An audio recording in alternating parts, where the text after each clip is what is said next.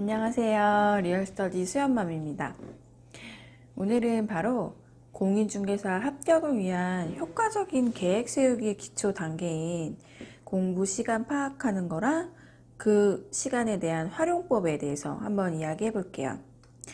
많은 성인분들은 지금 자신이 하루를 어떻게 보내고 어떻게 24시간이 흘러가는지 잘 모르시는 분들이 많아요. 그런데 효과적인 공부를 하기 위해서는 내가 지금 하루를 어떻게 쓰고 있고 또 그 시간에 어떻게 절약을 해서 공부 시간을 확보하는지가 중요하거든요. 바로 오늘 그것에 대해서 한번 이야기해 볼게요. 일단 첫 번째 단계로 오롯이 내가 공부에만 투자할 수 있는 시간을 파악하셔야 돼요. 무슨 일이 있어도 내가 하루에 오롯이 날 위해 쓸 수 있는 시간이 얼마나 될 것인가, 집중해서 공부만 할 수 있는 시간이 얼마나 될 것인가를 먼저 파악하셔야 되거든요. 아이들 어린이집이나 학교 가 있는 시간 동안도 되고요. 퇴근하고 2시간 다른 일 하지 않고 책상에 앉아서 공부만 할 수 있는 시간을 파악하셔야 합니다. 자, 이것은 제가 하루의 시간을 나눠본 건데요. 이렇게 한번 여러분도 한번 해보시고 공부할 수 있는 시간을 파악하셔야 돼요. 저 같은 경우에는 이제 월수금은 주로 집에서 있고요. 화목토는 주로 부동산에서 출근을 하거든요. 그래서 이제 월수금하고 화목토의 시간이 이렇게 나뉘는데요.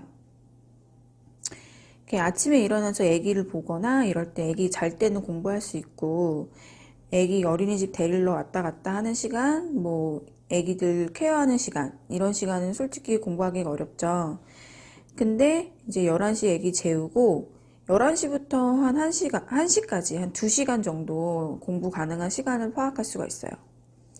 그리고 화목토에는 이제 출근하는 동안에는 이제 공부를 못하고 그 이외에 밤에 11시부터 1시까지 이제 2시간만 공부를 할 수가 있겠네요. 자, 이런 식으로 공부 시간을 파악을 해보시는 건데요. 나는 정말 바빠서 1시간도 4시간이 없어 하시는 분들은 하루를 한번 돌아보실 필요가 있으세요. 지난 일주일 동안 내가 하루를 어떻게 살았나 이걸 한번 살펴보시는 거예요. 그걸 이렇게 시간을 나눠서 한번 적어보시면 더 효과적으로 파악하실 수 있으시죠. 만일에 일단 공부를 하기로 마음을 먹으셨으면 TV 보는 시간이라든지 어린이집 친구 엄마들 만나가지고 수다 떠는 시간, 이런 시간들은 다 줄이셔야 돼요. 직장인 분들도 술 마시고 이런 시간 좀 줄이시는 게 좋죠. 어떤 목표도 거저 얻어지는 건 없습니다. 그만큼 희생이 따르는데요. 시간이 가장 먼저 희생이 필요하겠죠. 이렇게 집중도가 높은 시간에는 기출문제를 활용한 공부를 하시거나 기본서 공부를 하시는 것에 올인하셔야 돼요.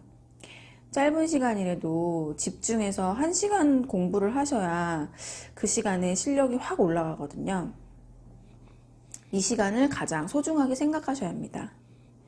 두 번째로는 부수적인 공부 가능한 시간을 파악해라입니다. 첫 번째, 공부에만 집중해서 몰두할 수 있는 시간은 하루에 그렇게 많지 않을 수 있어요. 그런데 그 외에 하면서의 시간이 생기실 거예요. 집안일을 하면서, 샤워하면서, 운전하면서, 장 보면서, 출퇴근하면서 등등 하면서의 시간에 이 시간을 잘 활용하시면 많은 일을 하실 수 있거든요. 제가 파악해 놓은 것을 다시 보시면 이렇게 되시는 거죠. 애기 볼 때는 제가 모유수유를 하기 때문에 모유수유 하면서 이제 핸드폰이나 이런 걸로 다른 거 볼 수 있고요. 애기 데려다 주고 데리러 오면서 왔다 갔다 차 안에서 다른 거 할 수 있고, 또 잘 준비할 때 샤워하면서 다른 거 할 수 있죠. 그리고 이제 출근할 때는 출퇴근하는 시간 동안 차에서 할 수 있고요. 그 다음 모유수유하고 샤워하고 이런 시간에 다른 일을 또 하실 수 있는 시간이 되는 거예요. 하루에 이렇게 2가지 일을 할 수 있는 시간이 모이면 정말 많은 시간이 되는데요. 제가 김미경 강사님을 좋아하거든요.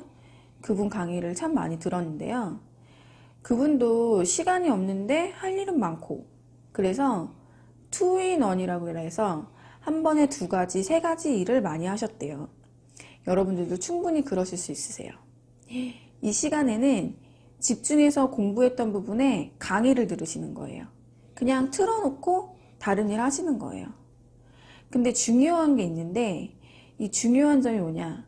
아까 그 집중해서 공부를 할 수 있는 시간에 집중 학습이 먼저 선행이 되고 나서 그 뒤에 복습식으로 이 강의 듣기가 되어야 돼요. 집중 공부는 안 하고 계속 뭐 이렇게 하면서 강의나 듣자 하면은요, 집중 공부하고 나서 이렇게 강의를 흘려라도 들으면 10가지를 얻어갈 수 있다면, 공부를 안 하고 그냥 강의만 계속 흘려 들으시면 한 개, 두 개도 건지기가 힘드세요. 스트레스만 더 쌓이는 거거든요. 꼭 집중 학습을 하시고 그 복습으로 강의를 들으시길 바랍니다. 네, 세 번째로 1년을 기준으로 내가 공부할 수 있는 날과 공부할 수 없는 날을 파악하셔야 돼요. 다이어리 앞부분에 보시면 이런 페이지가 있을 거예요. 인터넷에서 다운을 받으셔도 되고요. 1년을 전체적으로 보고 시험 보는 날까지 내가 공부할 수 있는 날과 공부할 수 없는 날을 한번 표시해 보세요. 이렇게 해야 나중에 계획 세우기가 잘 될 수 있거든요. 계획 세웠던 게 자꾸 밀려버리면 나중에 걷잡을 수 없이 돼버리거든요.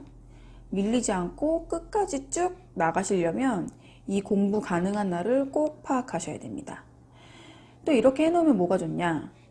공부 못하는 날을 정해놓으면 그 날에는 죄책감 없이 다른 일도 하실 수 있는 거예요. 반대로 공부하기로 정해놓은 날은 더 책임감 있게 공부가 가능해질 거고요.